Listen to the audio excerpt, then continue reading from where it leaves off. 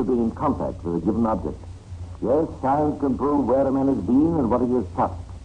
But being able to prove these things, Scotland Yard must prove them. The onus is on them. If they overlook any accepted means of obtaining evidence, then this may react in favor of the accused. That is why this seeming paradox of the advance of scientific crime detection adding to Scotland Yard's responsibility is not a paradox at all. After that, I expect you're wondering what I've got for you this week. Well, what would you like? I've got here a true story of war and bombs and air raids and last-minute escapes, illicit love and passion and jealousy, broken-hearted woman, incriminating love letters, and a fight to the death between two men. A little dull, do you think? Well, let's say a trifle colorless. Anyway, we've got a courtroom scene. The protagonist of this story is still alive. He is a captain in the Polish army. We must respect his anonymity, so I've called the story The Case of Captain X.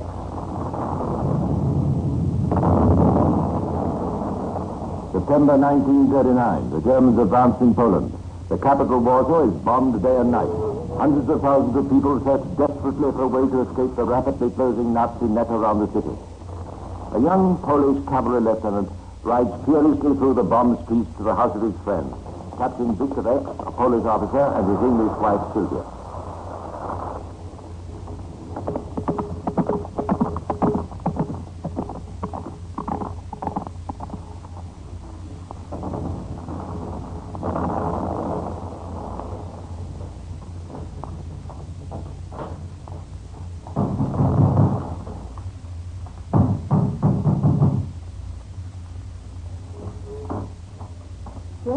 What is it? Sylvia, it is I, Stanislav. Oh, Stanislav. Oh, my dear friend, I'm so sorry. It's so dark in this bomb. I'm so sorry. Please come in. Thank you. I may only stay 1 moment. Oh, you're alone now? I was hoping you were going to keep me company during this awful bombing. But your husband, Victor, he is not here with you? Left, no. My captain's at the wars, Lieutenant. But that cannot be. Our entire division is in, how you say, blood. It has become everyone for himself. So prepare. Perhaps they needed an escape. Oh, but anyway, I'm waiting here. No, you cannot do this. That is why I've come. As your friend and Victor's friend, I cannot leave the country without seeing to our both... You're leaving the country? Anyone who can is doing this. There is the Polish government to be formed in England abroad. Then we shall go on with the war against the Germans. How can you get out? That is why I've come to you and Victor. Almost all the ways are now closed. But this influential friend I have, perhaps you've met Kretowski. He has airplanes flying tonight to France. There's room for 2 more. You say it's all right for you and Victor. Oh, Stanislav, it's wonderful of you. But I can't go, of course, until I hear from Victor. Sylvia, Victor, we would want you to go without him. No, no. You are not of this country. Your home is in England. Yes, but I married a Polish officer, and my place is with him. No, Stanislav, I must wait for you. When does your plane go? 2 hours and a half from now. You refuse to leave without him?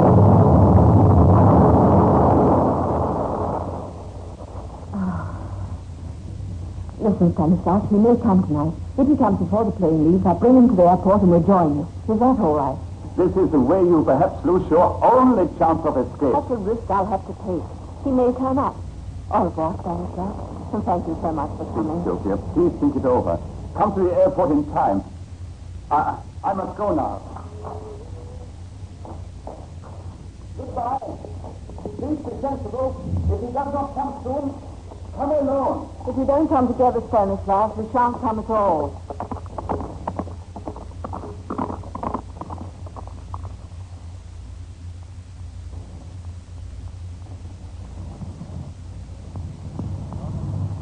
Lieutenant, we cannot wait much longer for these friends of yours. Just a few minutes, Mr. Kretowski. Just a few minutes. A few minutes, a few minutes. That is how the hours go by, and then we shall have lost any chance of getting out. Look, over there. Isn't it a car? Oh, it's the last car in Warsaw. It is. You're right. Stanislav, we've come. Mr. Case, do not be late. Hurry, please, madame. You may talk in the plane. We have not much time. Please be careful how you speak to my wife. If you don't like the way I speak to her, you needn't come, please. Our nerves are all on edge. Well, Captain, it's up to you. Are you coming or staying? Come. All right, then. All aboard, as you say in England, madame. Is that right? That's right.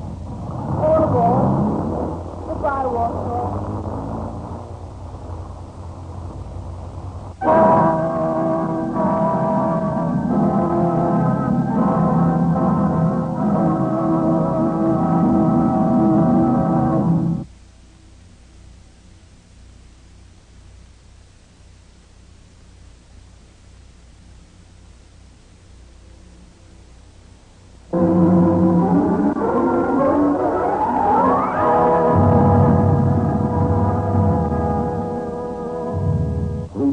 The captain and the lieutenant were again fighting for their country, with the Polish contingent in France, while the captain's wife had returned to her native country, England. A year after their escape from Poland, these three people had again been reunited in London. France had fallen, the two men had fled to England, and the captain and his wife were living in cheap lodgings in the Victoria district of London. That autumn, the great city was undergoing the same type of aerial bombardment that Warsaw had suffered a year before. But in the captain's life, there was domestic war as well.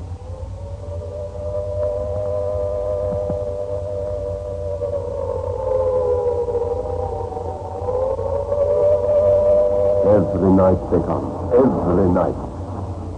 We can't go on forever, darling. Sorry if you're shooting down more every day. Oh, dear. Now the lights have gone. That must have been awfully close. I should have joined the Polish Air Force here in England. It is a terrible thing for a man who is a fighting soldier to be not able to. Oh, to retaliate? Oh, I know how you feel, Victor. You're doing valuable work where you are. Matches. Matches. Where are these matches? Well, they always are, Victor, on the mantelpiece. Oh! Here, I have some now. There. This is better. This is a good thing Mr. Carew does, to put these candles in the rooms. Yes, he's a very thoughtful man, for a landlord. But what is this? This is a badge. Polish badge. Not mine. Oh, there. That must belong to Stanislaus. Stanislaus? You have been seeing him? Oh, yes. As a matter of fact, I have. But why? Why did you not tell me? I would like to see him too. Well, you see, Victor... Oh, well, I suppose we might as well know now as later. What is this? What thing must I know? Stanislaus and I... Well? Come, talk, please. What is it? We're in love.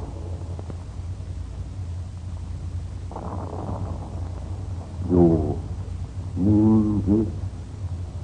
It is true? Yes, but you must try to understand. Understand? Understand this for my wife? No, I will not understand. You will stay faithful to me. You are my wife. I know, Victor, but this is You something... talk no more. You hear, Sylvia? You knew you loved me. Only me, Victor, your husband. Forget this silly, sunny Sylvia. Yes, Victor. I must have you always with me. I must not see you go away. If this thing ever happened, if you try to leave me, I cannot stand for this. I will not want to live. I take my gun, this gun, you see? I take the gun and I shoot, like this. Only when I shoot then it will be at my head. For I cannot go on to live without you here, Sylvia. I'm sorry, Victor. I'm sorry. Yes. That is best, yes. You forget this, Stanislaus. It was a short way, wasn't it?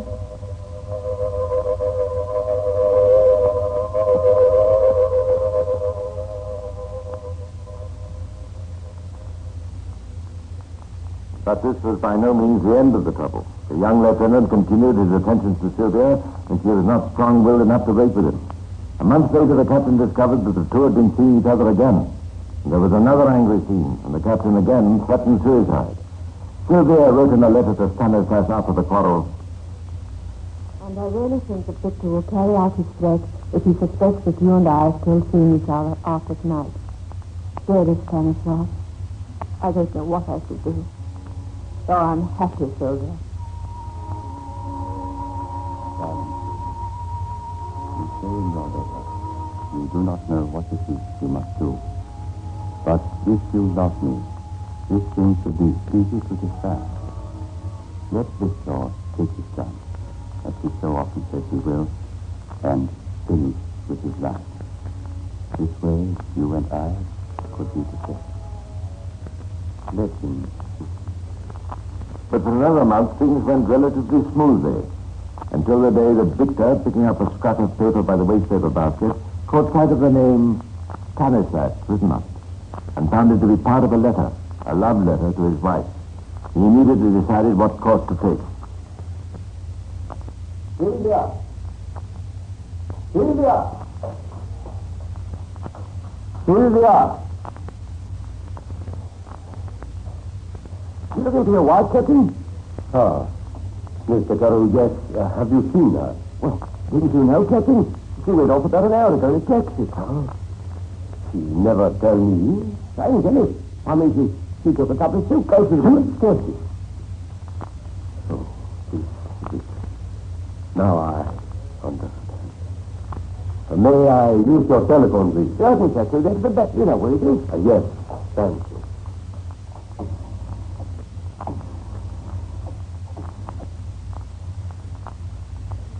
Hello? Stanislas? Yes. Hello, Victor. I wish to see you, please. Here, at once. You can come? Yes. Yes. Very well, Victor. I come at once. Now, we shall see.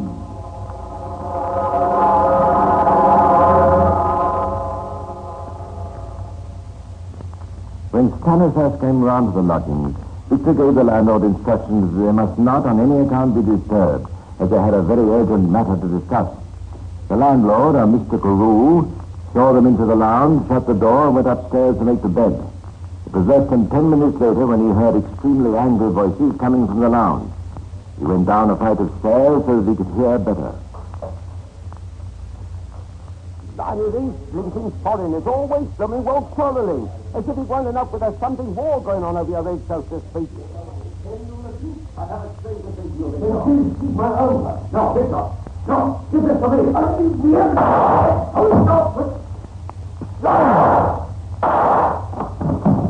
Captain! Lord, what have you done, Captain? He's dead, isn't he? It was accident.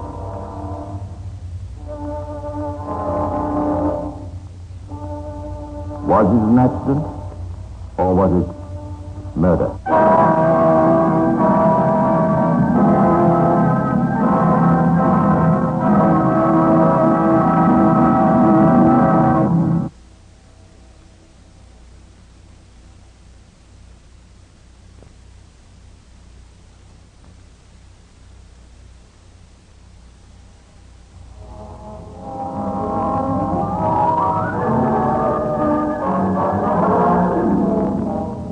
When Mr. Carew opened the door of the lounge, the scene that met his eyes seemed to speak for itself.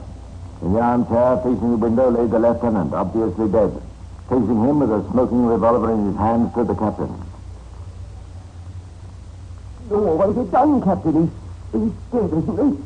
It was accident. Well, I'm afraid you'll have to tell that to the police. I'm all against telling them here, but I'll have to call them. Oh, Lord, nothing like this ever happened to me before. It was accident. Yes, well, you better stay here and don't move anything. I've always read you must never move anything when things like this happen. To think that something like this could happen in my house. It was not long after that Detective Inspector Wimpole arrived on the scene. His investigation revealed that the revolver had been fired 3 times. 2 shots had been fired into the body of the lieutenant and 1 in exactly the opposite direction. The bullet mark being found near the window facing the victim. It was also found that the captain's cigarette case was lying in the armchair. But it was quickly realized that the relative positions of the 2 men would probably have changed during the course of their discussion. Detective Inspector Wimpole now asked the captain to explain what had happened. It is accident while we fight. I asked the lieutenant here to talk to him before he has been seeing my wife too much.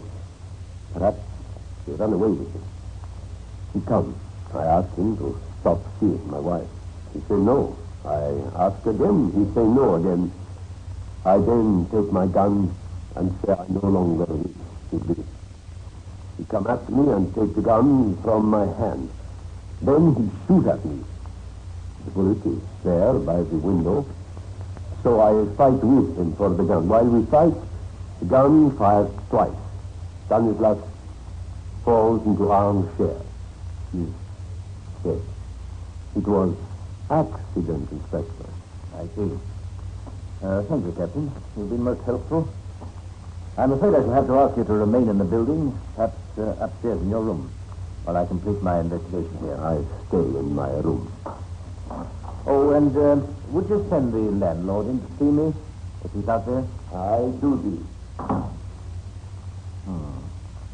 Quarrel. Captain threatens suicide. Lieutenant takes gun, fires once. Then struggle. Then 2 shots, both at the lieutenant. He falls. You wanted to see the Inspector? Oh, yes. You're the landlord? That's right, Inspector. Carew's the name. Harry Carew. Now, Mr. Carew, whereabouts in the building were you when this quarrel was taking place? No, sir. At first, I was upstairs making a bed. Anyone with you? No, sir. I'm all alone here. No help these days. Now, before the war... You were making the bed? Oh, yes, sir. Then I heard the shouting from down here. The captain's voice and the chap what got killed. Real loud their voices was. So I thought I'd better see that nothing serious was happening. I got down one flight of stairs. Could you hear what the voices were saying? I heard the lieutenant shout, "Give it to me," twice. And then there were 3 shots. But they didn't come together, did they? How do you mean, Inspector? The shots weren't together, were they? There was a pause between the first and second. No, Inspector. 3 shots in a row. Bang, bang, bang. Are you positive? Positive, Inspector. Go on. Well, I goes downstairs then, you know. And when I opens the door, I see the captain standing there with a gun still smoking in his hand. And the lieutenant in the chair. Detective Inspector Wimpole realized that the case was not as clear-cut as he first imagined. Either the captain was lying and the gun had gone off 3 times in rapid succession, or else Mr. Carew's memory was inaccurate, and there had been a lapse of time between the first and the second too. For the moment, it was the word of the police officer against the word of the landlord. But it was not long before the scales dipped heavily on one side. Sir Bernard Spilsbury, the famous Home Office pathologist, conducted the post-mortem examination. His findings and his opinion as to what had occurred were to prove the most important factors in the case. Of the 2 shots that entered the body of the deceased, the first penetrated the heart and was undoubtedly the cause of death. The second shot caused a superficial wound on the face and then proceeded in a downward direction, causing a wound in the body. From the position in which the body was found, it would have been impossible for the second bullet to have been fired when the deceased was already sitting in the chair. But there was no trace of blood from the wound caused by this second bullet. This can only mean that the first shot into the heart completely stopped the circulation of blood and proves that the second shot was fired after the man had died. Sir Bernard's analysis shed a new light on the case. If the second wound had been inflicted after the lieutenant's death, how likely was it the shot had been fired during the struggle? Was it not far more likely that the 3 shots had indeed been fired almost simultaneously, as the landlord had said, and that the struggle was an invention by the captain? Didn't the evidence point to the conclusion that the gun never left the captain's hand? Detective Inspector Wimpole was convinced of this and executed his obvious duty. You'll have to come with me, Captain. I've here a warrant for your arrest. I must warn you that anything you say may be taken down in writing and may be used in evidence. You do this for this shooting? Do you think I kill him, I would say, on purpose? Yes. I'm charging you with murder.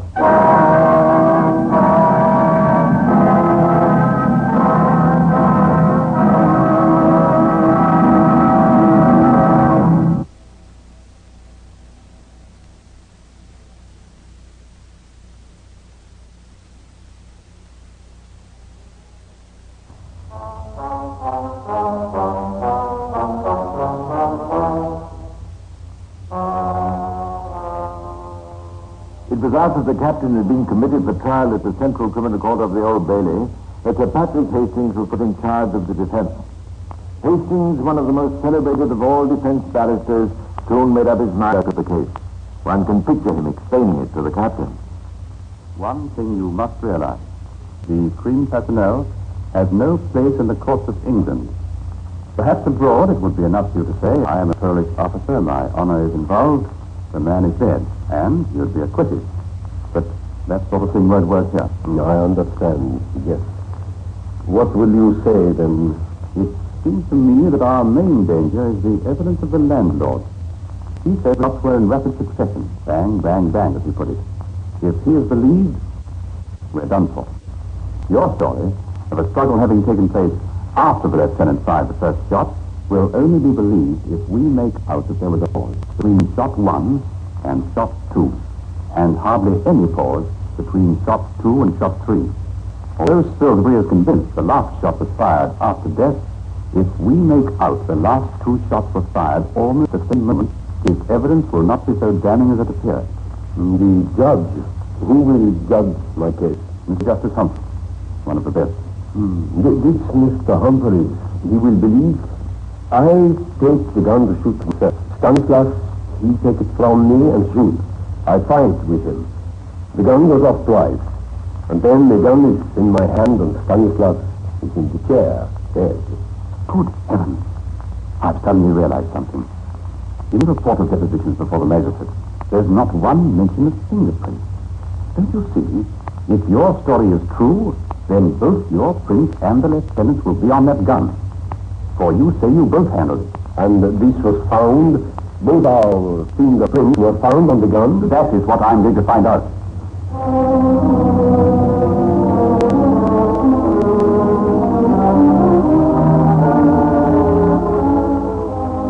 It was an unusual trial that took place that summer at the Old Bailey. There's usually something sordid about a murder case, but this was an exception. That tender, tall, dignified, his face impassive, his military honors bright upon his uniform, the captain was out of place in that courtroom. His whole appearance was in his favor, but the evidence wasn't. The jury was sworn to try the issues joined between our sovereign lord the king and the prisoner at the bar.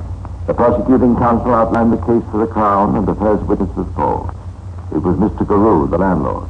He repeated his tale exactly as he had told it to the police. Sir Patrick Hastings rose to court. Now, Mr. Carew, you say you came downstairs when you heard the raised voices. Yes, sir. I came down one flight. Why? Well, sir, I didn't want any trouble. You came down to hear better, isn't that it? Yes, sir. I mean... Well, never mind. You then heard 3 shots, and you say there were no pauses between them. No, sir. All 3 together. Bang, bang, bang. Now, Mr. Carew, can you be sure you were excited, were you not? You weren't used to hearing revolver shots in your house. I certainly wasn't, sir. So you may be mistaken as to how the shots followed each other. I remember it perfectly, sir. They went bang, bang, bang. I see. Then you went into the room and saw the scene that you have described to me. What were the first words the captain said? He said, it was an accident. You then phoned the police. Yes, sir. Then what did you do? I went up to finish the bed. I beg your pardon. I went upstairs to finish making the bed. It was certainly not a very material point, but it seemed to make some effect in court. Perhaps most of us would not be in the mood to make beds just after discovering a dead body. The next witness to the prosecution was Sir Bernard Spilsbury. He was emphatic in his opinion that the final shot could not have been fired in the course of a continuing struggle.